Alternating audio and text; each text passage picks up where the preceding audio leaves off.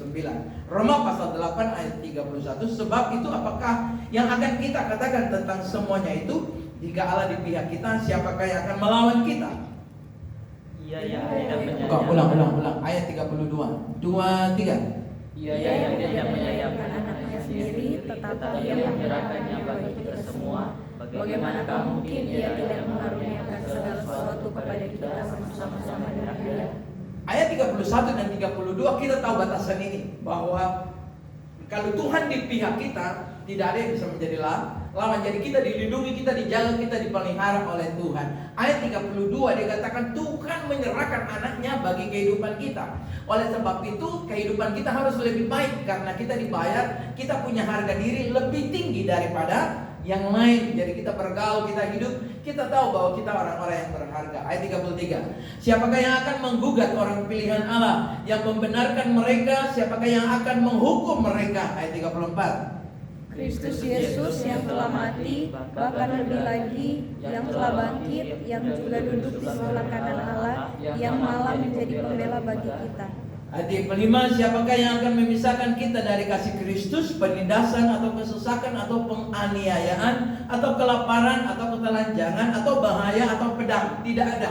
Jadi dengan kata lain, situasi yang apapun yang kita alami tidak dapat menggantikan atau memisahkan kita dengan kasih Kristus. Sama-sama katakan amin. Amin. Supaya kita tahu bahwa waktu Tuhan di pihak saya, Yesus di pihak saya menjadi orang yang terhormat. Karena segala sesuatu tidak bisa mengurangi kasih Tuhan yang ada di dalam saya. Jadi saya hidup menjadi anak-anak Kristen atau orang-orang percaya yang luar biasa. Ayat 36. Baca yuk, 2, 3. Seperti ada tertulis, oleh karena Engkau kami ada dalam bahaya maut sepanjang hari, kami telah dianggap sebagai domba-domba sembelih. Ayat 37. Tetapi dalam semuanya itu kita lebih daripada orang-orang yang menang. Katakan amin. Amin. Oleh Dia yang telah mengasihi kita. Ayat 38. Sebab aku yakin bahwa baik maut maupun hidup, baik malaikat-malaikat maupun pemerintah-pemerintah, baik yang ada sekarang maupun yang akan datang. Kita baca sama-sama yuk, ayat 39, 2, 3. Atau kuasa-kuasa baik yang di atas maupun yang di bawah, ataupun sesuatu makhluk lain, tidak akan dapat memisahkan kita dari kasih Allah yang ada di dalam Kristus Yesus Tuhan kita. Sama-sama katakan amin. Jadi kita punya jaminan, kita punya garansi hidup kita bahwa kita hebat di mata Tuhan. Oleh sebab itu mari kita menjadi orang-orang Kristen yang punya harga diri dong. Waktu Tuhan mengasihi saya, waktu Tuhan cintai saya anak remaja yang saya mencari jati diri, tapi saya tahu anak remaja yang berharga dan luar biasa di mata Tuhan. Katakan amin. Supaya waktu saya bergaul, saya tahu saya bukan seperti orang kebanyakan pada umumnya. Saya ada batasan, saya ada takut kepada Tuhan, dan saya mengerti hidup saya cuma karena Tuhan. Sebagai pendahuluan saya catat di sini. Remaja adalah khusus di hati Allah. Sama-sama katakan amin. Amin. Saya khusus di hati Allah. Amin. Saya khusus di hati Allah. Taruh tanganmu di dada. Oke, taruh tanganmu di dada. Katakan saya khusus di hati Allah. Saya khusus di hati Allah. Waktu saya merasa saya khusus di hati Allah, karena itu kalau saya merasa saya orang khusus, karena itu adalah remaja harus memiliki mimpi, dream atau vision dalam hidup kita. Kalau saya orang khusus berarti saya punya mimpi, saya punya keinginan, saya punya kerinduan karena saya seorang remaja. Karena saya tahu satu waktu saya akan mencapai sesuatu. Kita punya adik-adik yang kecil, kalau kita tanya dia, kalau anak besar jadi apa? Ada dokter. Tapi nanti kalau dia sudah naik umur sedikit, tanya dia mau jadi apa? Polisi. Jadi dia punya kerinduan sesuai dengan apa yang menjadi keinginan dia. Meskipun kalau kita lihat selama hidup dengan kita, dia keinginan berganti-ganti. Tapi waktu dia menjadi remaja, dia punya idol, dia punya idola. Saudara, anak-anak remaja berpakaian seperti itu, BTS. Semua pakai pakaian kayak BTS. Ada yang grup wanitanya lagi begitu ya, yang ada 48 KJK gitu. Semua langsung punya rambut pirang, langsung rambut belah miring, rambut potong setengah, begitu setengah pendek, setengah panjang. Dia punya baju yang tadi lurus dimiringin begitu. Kemudian yang laki-laki piara rambut panjang, pakai goyang-goyang begini gitu. Ada yang anting-anting di telinga, anting-anting di hidung, punya segala macam. Kemudian dia punya rambut hitam, dia cat pirang, jadi buceri gitu, boleh cat sendiri. Jadi akhirnya karena dia punya idola. Dia berpakaian biasa, tapi karena dia punya idola itu, maka dia berpakaian seperti idolanya. Ini idol, ini idola. Bukan salah, tapi kita punya mimpi, kita punya kerinduan, kita punya vision. Satu waktu saya akan gini, kalau saya suka menyanyi, saya akan seperti demikian. Kalau saya suka menjadi seorang preacher atau pengajar, saya akan seperti demikian. Saya menjadi pengkhotbah, saya akan seperti demikian. Waktu saya menyanyi, saya akan tiru nyanyi gaya nyanyi seperti ini. Kalau saya punya idola, saya punya mimpi ke depan. Remaja adalah khusus di hati Allah, karena itu remaja harus memiliki idealisme. Katakan ideal. Apa yang menjadi idealisme dalam hidupmu? Papamu, mamamu, atau orang lain? Karena saudara tidak dapat satu gambaran di dalam rumah yang menjadi idealisme saudara. Karena di dalam rumah semua berbeda, berpendapat, kakak beda, adik beda. Akhirnya kita bingung, kita mau ikut siapa dalam rumah? Tidak ada contoh yang baik. Saya punya idealisme di dalam rumah, akhirnya berpindah-pindah. Tapi saya mencari idealisme di luar. Karena waktu saya bergaul dengan orang demikian, saya akan jadi seperti demikian. Dan saya akan meniru demikian. Jadi waktu orang berdebat dengan orang tua, orang selalu bilang orang tua, Allah, mama kan gak tahu pergulan, mama kan kuper, mama kan gak ngerti anak-anak sekarang gitu loh. Anak-anak sekarang dengan pola berpikir, dengan pola gaya, dengan cara berbicara gitu. Orang-orang sekarang kalau kaget mereka nggak bilang Tuhan, mereka permoin sedikit, mereka bilang Tuhai. Tapi itu sudah menjadi mode gitu, jadi Tuhai dan lain sebagainya. Dorang paku make gitu, dorang sebenarnya memakai mamanya. Tapi dia bilang, dorang nggak bilang mama, dorang cuma bilang Bemar gitu. Jadi itu dipermuai saudara. Tapi itu menjadi bahasa gaul dan kita sering buat kayak begitu. Akhirnya tanpa sadar kita seperti demikian. Mari kita punya idealisme di dalam iman, bahkan hidup kehidupan kita. Apa sih idealisme kita? Supaya kita menjadi pola hidup kita terarah. Apalagi remaja harus memiliki antusias. Saudara, di dalam kehidupan kita, kenapa kita harus antusias? Jangan kita menjadi remaja yang gitu-gitu aja. Di rumah membleng aja, mama suruh ke sana, ya Allah malas di rumah aja. Bergaul dong, nggak mau di rumah aja. Bukan itu antusiasnya. Antusias adalah waktu saya excited untuk mengerjakan tugas pekerjaan saya antusias. Saya ketemu dengan teman-teman di dalam gereja, excited banget gitu. Kapan kita ketemu remaja lagi, kapan kita doa bersama, kapan kita berjalan bersama, kapan kita kumpul yuk bersama-sama. Di dalam hidup ini punya antusias. Akhirnya kita melakukan segala sesuatu dengan tadi mimpi kita, ada dream, ada idealisme, dan kita punya antusias. Kalau itu menjadi motor, maka kita menjadi remaja yang punya iman. Waktu saya punya faith, saya punya iman, saya akan bertumbuh sebagaimana iman saya kepada Tuhan. Saya akan melakukan segala sesuatu dengan takut akan Tuhan. Tapi kita harus tahu bahwa rancangan iblis yang akan menghancur hidup kita. Kita tidak menyalahkan iblis, tapi di dalam pergaulan remaja, tantangan dan masalah itu buat banyak yang memisahkan kita dari kasih Kristus. Kita punya iman, tapi waktu kita salah bergaul, kita salah ngomong, kita salah mengerti, maka kita membuka hati kita kepada rencana iblis dalam kehidupan kita. Lewat apa sih iblis itu masuk dalam kehidupan kita? Yang pertama, lewat apa? Kekecewaan. Lewat kecewa, waktu orang tua mengecewakan saya berkali-kali, saya kecewa. Dan kecewa itu saya simpan. Saya bilang, biarlah, memang mama begitu. Tapi kecewa itu saya simpan. Kakak buat saya kecewa. Ya memang dia begitu, ego. Papa buat kecewa. Akhirnya kekecewaan itu menumpuk-numpuk. Saya punya teman yang tidak pernah buat saya kecewa. Karena apa yang saya ngomong selalu, dia peluk. Saya tidak dapat pelukan di rumah loh.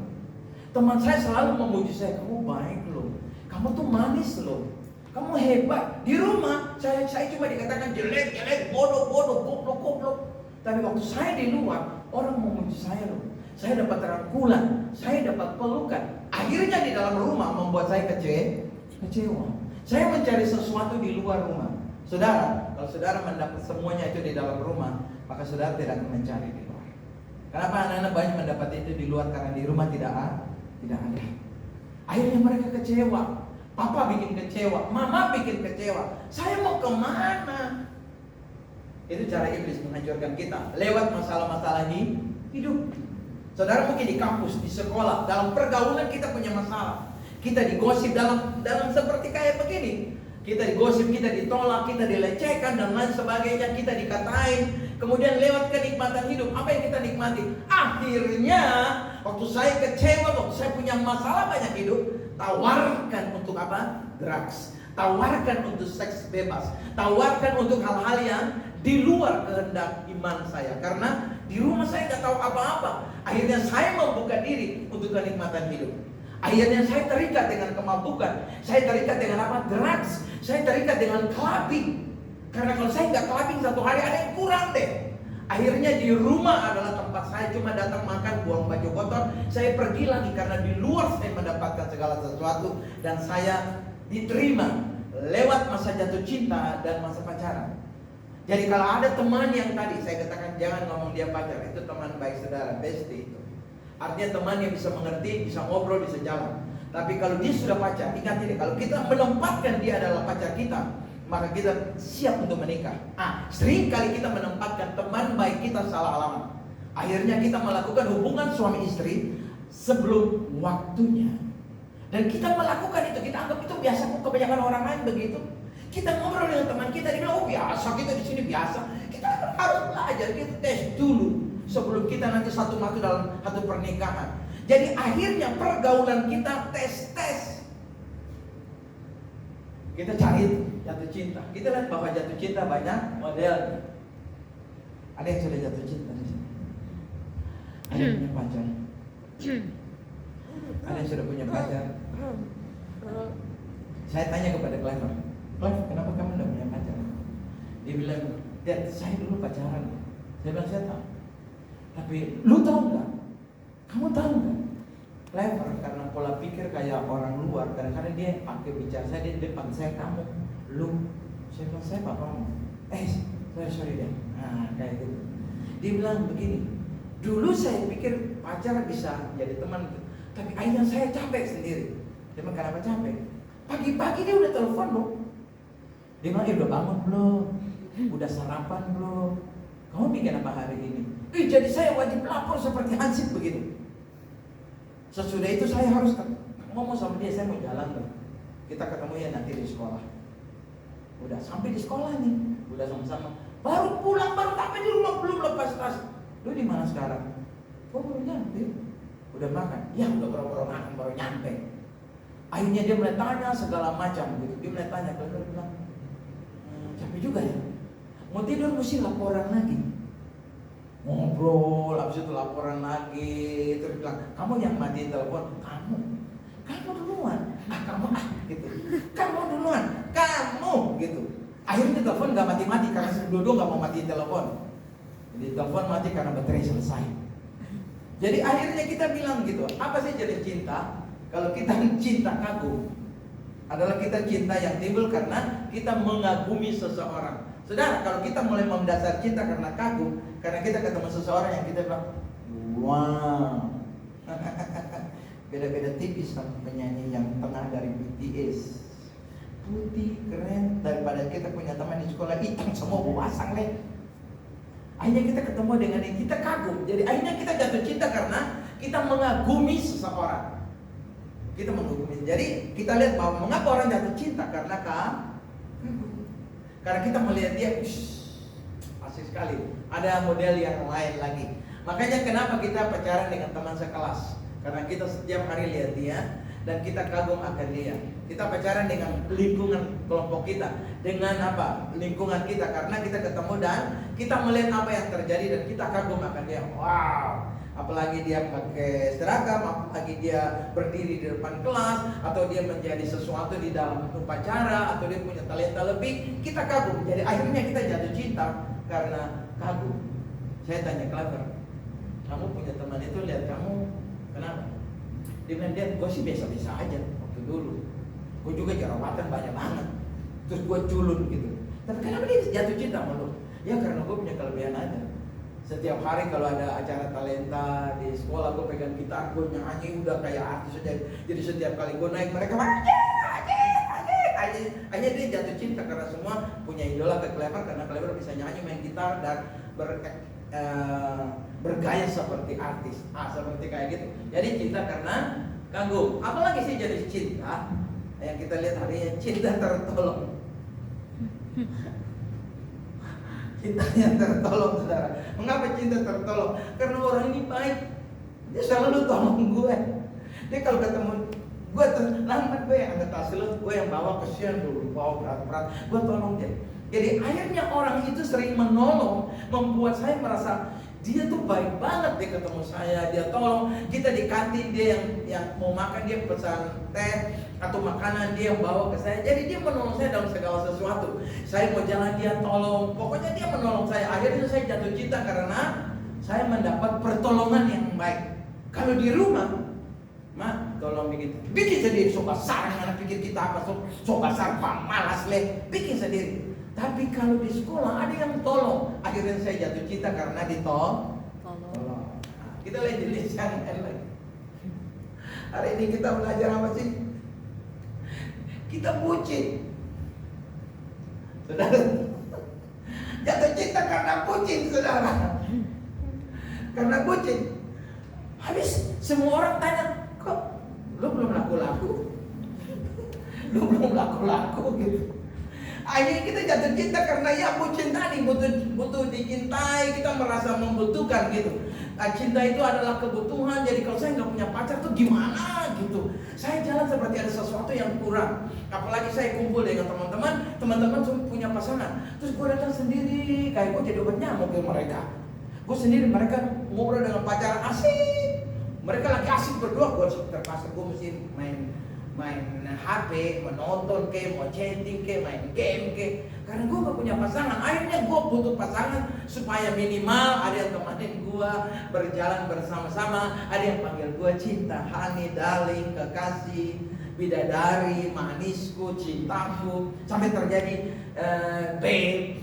Ada yang memanggil gue dan menghormati gue. Akhirnya kita cinta seseorang karena kita butuh mendapat perhatian. Ini namanya cinta karena butuh tadi. Saudara mencintai seseorang bukan karena itu, ya. Jadi bukan karena bucin.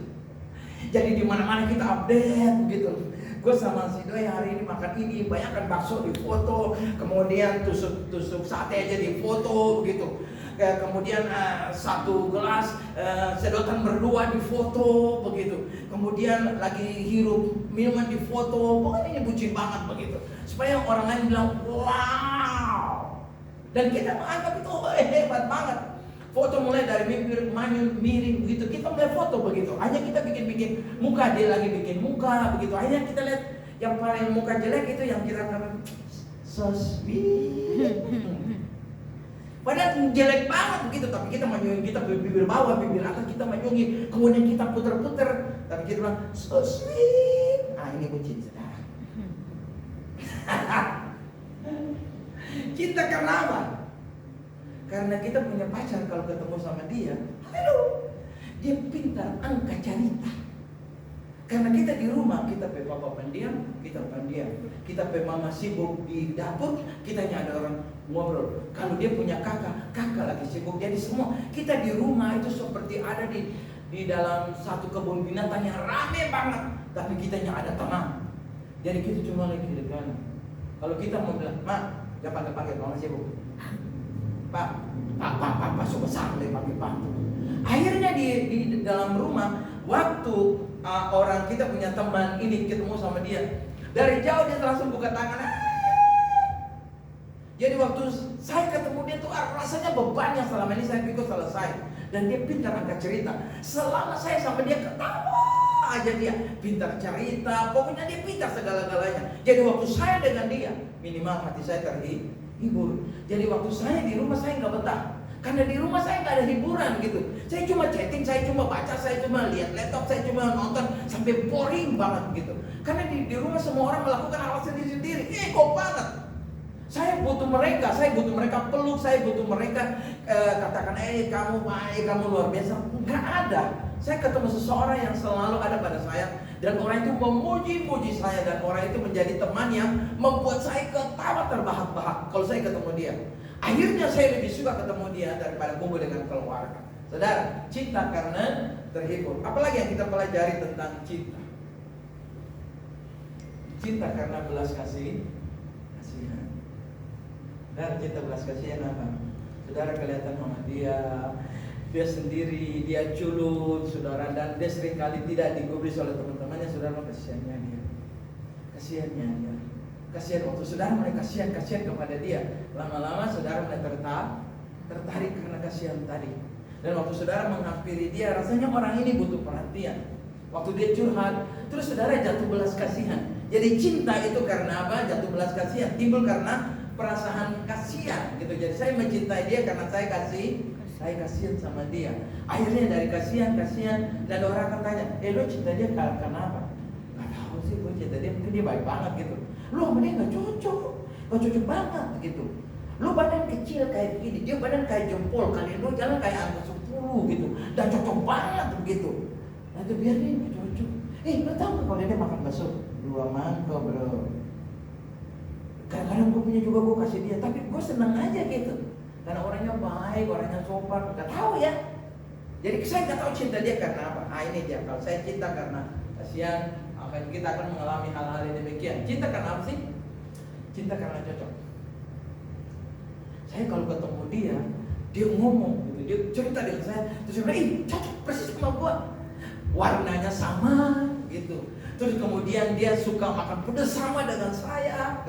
Kalau mamanya marah dia selalu sama dengan saya. Kaki kita dunia paling cocok. Mungkin Tuhan ciptakan kita dua sama dan sebangun.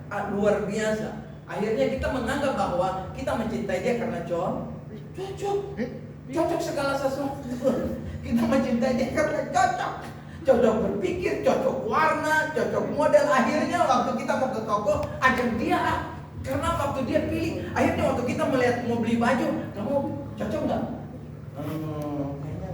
Kayaknya nggak cocok deh. Iya, gue dari tadi udah nggak cocok begitu, tapi ya gue mau tes lu aja, lu selera nggak? Enggak. Lu jangan pakai itu kayak mama, itu nggak cocok. Waktu dia pilih celana, cocok nggak? Dia angkat, dia taruh di badan kita dan dia bilang, kayak gini bagus deh. Dia bilang, iya sih, bagus. Jadi kita mau cocok-cocokkan diri dengan dia. Dan kita rasa cocok, seleranya cocok, warna cocok, dia punya modelnya cocok, semua cocok dengan kita. Jadi waktu dia cocok, dia kesel kepada orang lain, rasanya gue juga kesel sama dia, cocok banget gitu. Jadi akhirnya saya mencintai dia karena cocok. Tapi kalau dasar dari cinta seperti demikian, maka kita lihat ada sesuatu yang luar biasa. Cinta sejati itu berbeda.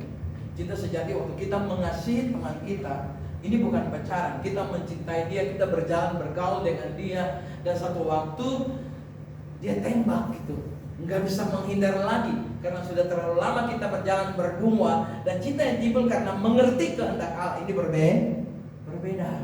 Saya punya teman persekutuan, dia ada bersama-sama dengan saya dalam komunitas gereja kita. Selalu kita menyembah Tuhan, kita saling berdoa bersama, kita membesuk teman. Akhirnya saya mengasihi dia karena kita melayani, karena kita sama-sama takut akan Tuhan. Hal-hal yang tidak perlu dia katakan nggak perlu lah. Beda dengan Alkitab, kita harus hidup seperti.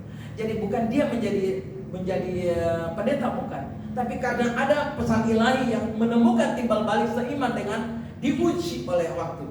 Saya berteman dengan dia sekian tahun. Orang itu tidak pernah memeluk saya. Dia menghormati saya. Saya turun dari angkot, dia selalu turun duluan dan dia pegang tangan saya. Dia menghormati saya banget.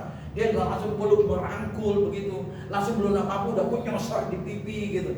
Teman saya ini tidak pernah begitu. Dia menghormati saya luar biasa karena dia menjaga ini. Akhirnya waktu saya mencintai dia karena sifat dan karakternya yang terpuji itu. Karena dia katakan jangan lakukan itu sebelum waktunya. Akhirnya saya mencintai dia dengan sungguh-sungguh, bukan karena tadi ukuran tadi yang tadi kita baca di atas, bukan karena ada hal-hal yang kita pelajari, bukan karena apa yang tadi kita pelajari di atas, bukan karena kagum saya cinta kepada dia, bukan karena dia suka tolong saya, bukan karena saya bucin, bukan karena terhibur, bukan karena kasihan, bukan karena saya merasa cocok-cocok, enggak, tapi teruji oleh waktu. Sampai akhirnya kita mulai berteman dari SMP sampai kita selesai kuliah. Orang itu tetap terbaik bagi saya karena dia tidak pernah memperlakukan saya salah, dan dia selalu menghormati saya dalam segala perkara. Satu waktu saya rasa cocok dengan dia, maka saya bawa dia kepada papa dan mama. Kayaknya orang ini yang akan mendampingi saya seumur hidup. Ini baru kita katakan cinta sejati. Baru pacaran 1 tahun putus, jangan bilang cinta sejati. Baru pacaran 6 bulan sudah putus, sebentar kita yang dapat menghancurkan masa pacaran. Kita belajar. Jadi waktu saudara berteman baik dengan orang lain yang menghancurkan saudara, yang pertama kita pelajari hal-hal ini harus kita jaga dan kita buang, supaya waktu kita punya teman baik ada ukuran dalam pertemanan. Yang pertama, pacaran dengan orang yang tidak seiman. Jangan saudara punya alasan, iya saya pacaran dengan orang tidak seiman, kan nanti saya bawa dia kepada Yesus. Itu kan penginjilan dan haleluya. Di dalam gereja ada pertambahan jemaat. Saudara salah. Alkitab bilang terang dan gelap tidak dapat bersama. Jangan coba-coba. Jangan coba-coba. Saudara akan menangis seumur hidup. Jangan pernah coba-coba. Alkitab itu benar banget. Jadi kalau Alkitab bilang jangan coba-coba lawan. Iya tapi aduh dia paling baik loh. Namanya Mahmud. Dia paling baik loh. Setiap dia datang ke kelas dari jauh dia sudah senyum. Hai sayang selamat pagi. Dia udah senyum, Mahmud senyum banget. Langsung dia bilang, dia datang langsung dia peluk saya. Aduh, dari jauh saya belum ketemu dia, parfumnya udah nyangkut duluan di sini. Aduh, luar biasa. Dan setiap pelajaran dia selalu duduk di saya dan dia bilang, bisa saya bantu. Aduh, senang sekali. Kalau kita keluar di kantin selalu ditawakannya mau makan apa. Dia cepat-cepat ke kasir, dia bayar dulu. Aduh, Mahmud baik banget begitu. Daripada saya dengan Yohanes. Yohanes sudah makan dua, dia utang lagi belum bayar-bayar. Bukan Anas ya. Aja jangan pakai Anas nih. Yohanes kan Anas nanti. Anas bilang gue lagi, bukan Lukas. Daripada saya dengan Lukas. Dia belum sampai, dia bawa ketek sampai di kita hidup. Mendingan Mahmud lebih sadar. Jadi kita lihat, waktu kita mulai menilai ini kita mulai salah. Jangan pacaran dengan orang apa tidak seiman. Tapi kalau dengan seiman, dia buat kita kecewa. Dia pemulut aja rupa. Orang bilang melontok kalau bicara. Nggak sadar. Nggak ada kata-kata pujian, tukang nyablak suka-suka hati. Nggak sadar. Orang yang tidak seiman, rasanya mereka lebih rohani daripada orang seiman. Jadi saudara cari orang yang tidak seiman. Saudara, ini satu garis bawah. Pacaran dengan apa? Ini bahaya.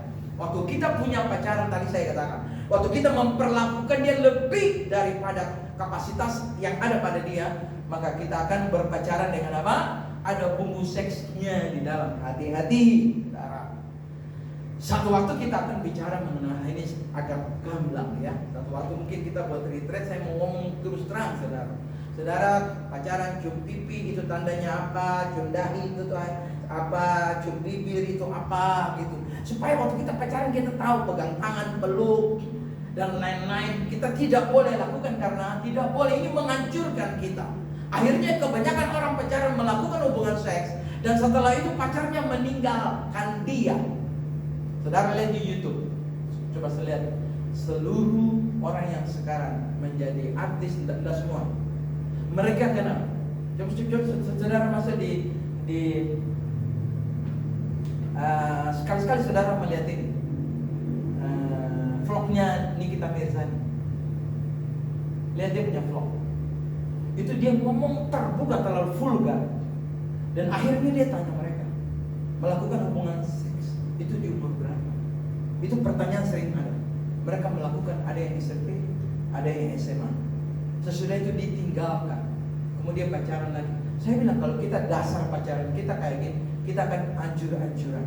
Dan saudara, akhirnya hidupnya hancur, dan hancur. Karena dia menempatkan pacar pada posisi yang salah. Ini yang bahaya. Jadi ini yang merusak pertemanan kita, merusak masa kita remaja. Pacaran dengan apa? Kekerasan. Baru pacaran bakal air terus. Karena banyak tuntutan. Dikit-dikit sudah putus, sekarang putus. Bayangkan baru pacaran putus. Saya bilang, nanti kalau menikah sudah kayak Tom dan Jerry dalam rumah. Baru pacaran, baru 3 bulan. Sudah kayak gini, putus deh. Kamu kasar, kamu begini, kamu putus deh. Akhirnya putus. Nanti pacarnya bilang, sambung lagi deh. Gue mungkin gak dapat lu, satu-satunya yang terhebat. Akhirnya dia datang berita pertemanan lagi, rayu-rayu, nyambung lagi. 2 bulan, bakal lagi. Kalau saudara mendasari, saudara punya pertemanan dengan ini yang menghancurkan masa pacaran. Pacaran apa? Tanpa pengenalan akan Tuhan. Hati-hati. Makanya saya senang kalau saudara naksir seseorang di dalam gereja, kasih tahu saya. Saya senang. Karena apa? minimal saya tahu mereka dan minimal orang tua tahu. Saudara, kalau yang di Belanda, kalau anak itu dia suka kepada temannya, dia katakan kepada orang yang dalam komunitasnya bahwa ini pacar saya. Kemudian dia bawa pacar ini ke rumahnya dan diperkenalkan ke orang tua, ini teman dekat saya, ini teman baik saya. Akhirnya orang tua tahu kemana mereka pergi, dia selalu dijemput oleh ini dan diantar kembali. Waktu gereja mereka sama-sama. Jadi gereja tahu mereka pacaran, orang tua tahu dia pacaran. Ini di Belanda. Kalau di sini, kalau orang tua lebih tidak tahu, lebih aman. Kalau orang tua tahu bahaya, apalagi mama bahaya. Kalau bapak dia suka sepeda itu, apalagi anak cewek satu-satunya gitu ya, yang datang bawa dia di kumis, tambah lagi bentuk, tambah papanya berkumis kan sampai pacar berkumis, rupa abang jampang gitu. Yang saudara, jadi saudara, akhirnya kita kucing-kucingan di belakang orang tua, jangan tahu.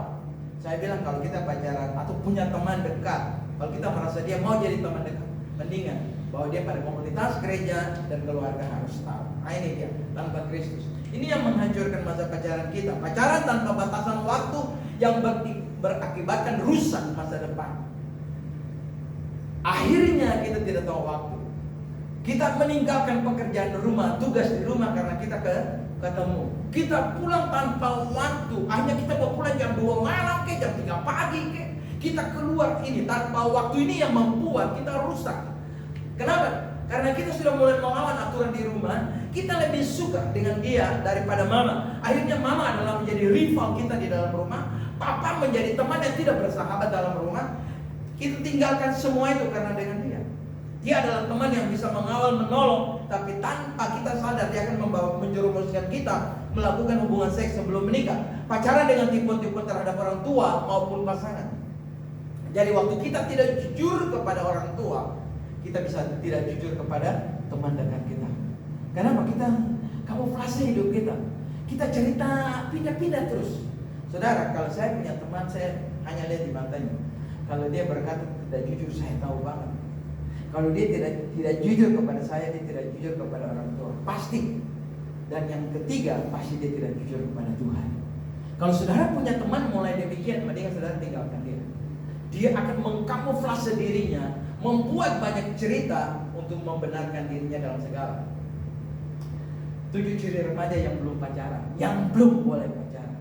Nah, kita belajar yuk. Mudah-mudahan saudara tidak masuk dalam 7 kriteria ini. Ya, saudara boleh pacaran. Saudara bilang, kitanya ada di situ, kitanya ada di situ, saudara. Tidak boleh, ada 7 ciri remaja yang belum boleh pacaran. Jadi harus ini yakinkan bahwa saya ada di nomor berapa. Kalau saya ada di nomor 1 atau 2 atau 3, 4, berarti saya belum boleh. Tapi kalau saya nggak ada, aman. Nanti habis ini saya mau tanya nomor berapa saudara. Kalau saudara bilang, kayaknya aman deh. Padahal kita mencari aman sendiri. Yang pertama, belum mengenal Yesus. Jadi kalau saudara belum mengenal Yesus, belum berjumpa dengan Yesus, belum punya hubungan baik dengan Yesus, jangan pacaran. Setuju? Setuju. Kayaknya ini paling susah. Berdoa aja kita tidak pernah. Ya, mau makan juga kalau kita ingat. Daripada mau tatigo, mendingan berdoa. Mari kita berdoa. Kita selapan mau tidur, bagi dia tidur. Nanti besok pagi mama kasih bangun. Mau baca Alkitab, banyak. Mendingan baca komik, mendingan nonton drakor lebih sadar daripada baca Alkitab. Ulang lagi. Kenapa saya nggak tahu di poin ini yang pertama? Kalau engkau belum kenal Yesus, jangan pacaran. Setuju? Setuju. Ini berat banget. Kayaknya susah banget ya. Pakai pengajaran ini susah banget. Tapi ini apa? Kalau saudara bisa intim dengan Yesus, saudara pacaran, saudara pasti pacaran dengan kriterianya Tuhan Yesus. Kalau tidak, pacaran dengan orang kebanyakan. Oke. Pembosan dan senang bertualang, gonta-ganti pasangan. Jadi saudara punya pacar dari Sabang sampai Merauke, gonta-ganti. Kita pacaran dengan orang Batak kayak apa sih? Kita pacaran dengan orang Jawa kayak apa sih? Kita pacaran dengan orang Manado kayak apa sih? Kita pacaran dengan orang luar negeri kayak apa? Ini gonta-ganti pasangan, ini tes. Tidak perlu kayak begitu. Ini dia ciri remaja yang belum. Kalau saudara masih berpetualang mencari sesuatu yang ingin iseng, saudara belum masuk. Tidak dapat komitmen. Ini komitmen. Jadi akhirnya saudara punya pacar mengerti bahwa saudara punya teman itu banyak, karena yang ditulis itu namanya, ganti Yohanes deh kan, namanya Abraham. Tapi bukan Abraham karena takut mama marah, dia ganti Sarah. Supaya waktu telepon mama lihat ting. Sarah siapa? Ada yang orang gereja Sarah. Padahal saudara pegang Sarah dan langsung mojok. Tadi gue percaya gue bilang Sarah gitu. Gila lu bilang Sarah. Ya biar aja supaya dia nggak tahu. Dia pikir lu Sarah. Padahal Abraham. Ya jadi akhirnya kita tidak punya komitmen dalam itu. Ini jangan memiliki sifat kekanak-kanakan, terlalu banyak menuntut. Ini belum siap. Jadi kalau saudara lihat, kalau banyak menuntut saudara, seringkali kita menuntut kita dimanja. Karena dalam rumah kita tidak manja. Hanya kita bilang, lu kayaknya lu nggak mesra banget begitu. Lu kalau jalan aja, di depan gua jalan, di belakang lu. Namanya kita dua ini kayak bebek lagi berjalan, lu depan gua di belakang. Pegang tangan kek gitu. Mesra dikit kek. Kalau lu berjalan liatin muka gua dong gitu. Lu nggak mesra-mesra banget, rangkul kek gitu. Lu dingin banget lu kayak kutub utara, nggak panas-panas, lu dingin banget. Lu lihat gua senyum-senyum. Kalau cewek lain kalau kerja ke toko lu lihat, tapi kalau gua akhirnya kita jalan, kita tarik mukanya ke arah kita. Lihat gua dong. Saudara, ini yang belum siap bicara, masih ke kanan. Oke, tidak dapat menolak menyampaikan pendapat. Apapun yang pacarnya ngomong, iya deh. Bayangkan pacarnya ngomong, iya deh. Tapi kalau mama ngomong, mama baru 1, orang 10. Ini belum siap pacaran. Mari kita checklist. Masa bodoh, tidak mau diatur. Tidak mau. Pokoknya gue tidak bisa diatur. Mama, papa tidak bisa atur. Kakak tidak bisa atur. Gue maunya kayak begini. Om tante nggak bisa atur, gue maunya kayak begini. Ini belum siap pacaran. Ini anak-anak yang masih suka ngumpul-ngumpul jalan-jalan aja. Tidak menganggap kesucian adalah tanggung jawab orang percaya. Ini waktu kita mulai taruh ini pada diri kita, maka kita masuk dalam checklist ini. Nanti sesudah ibadah saya mau tanya satu persatu. Saudara ada dalam nomor checklist itu? Supaya kita tahu, saya belum bisa pacaran. Karena checklistnya saya masih ada di urutan pertama. Kayak begitu. Atau saya urutan ketiga nih, gitu. Saya masih ada. Jadi belajar belum? Oke, kita hari ini kita belajar sikap, tingkah laku, apa yang harus kita buat, ada batasan. Oleh sebab itu hari ini kita belajar hal-hal yang dahsyat bahkan luar biasa. Saya catat sebagai penutup tugas anak-anak muda, tugas para remaja yang harus kita buat dalam hidup kita. Yang pertama, untuk apa? Hidup di dalam iman. Sama-sama katakan amin. Amin. Hidup di dalam iman. Tanggung jawab saudara dengan Tuhan.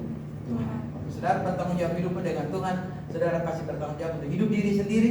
Saudara pasti bertanggung jawab untuk masa depanmu, untuk karirmu, untuk tugas hidupmu sehari-hari.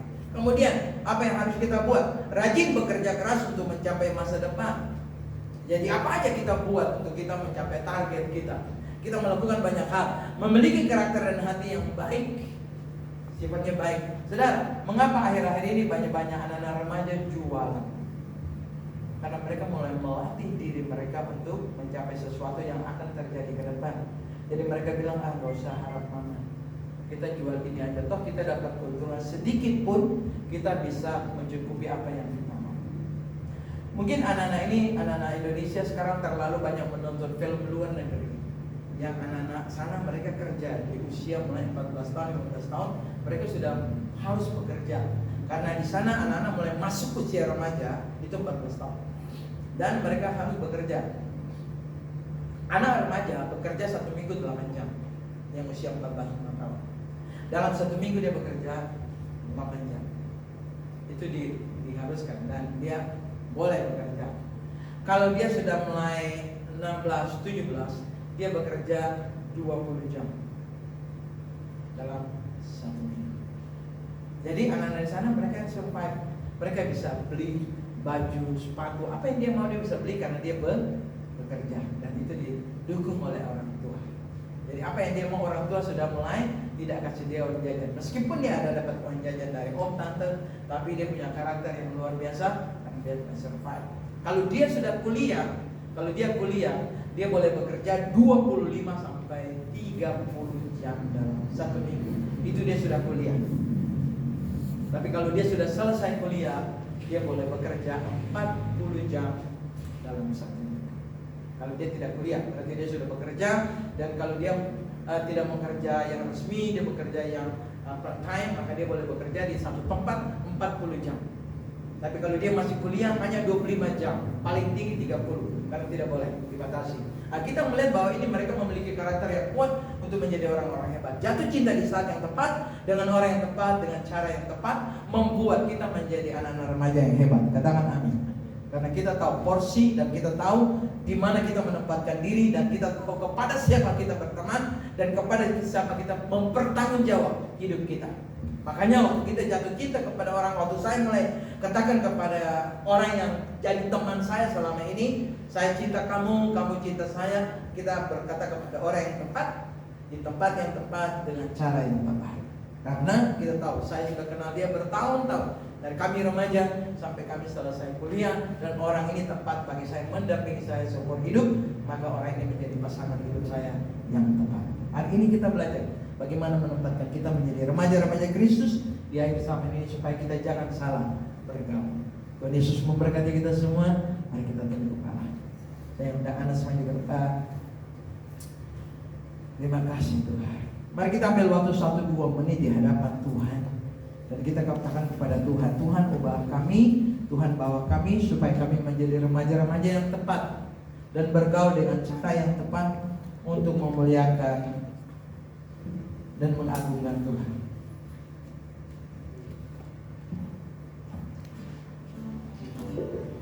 Ku kagum hormat akan Kau, ku kagum hormat akan Kau.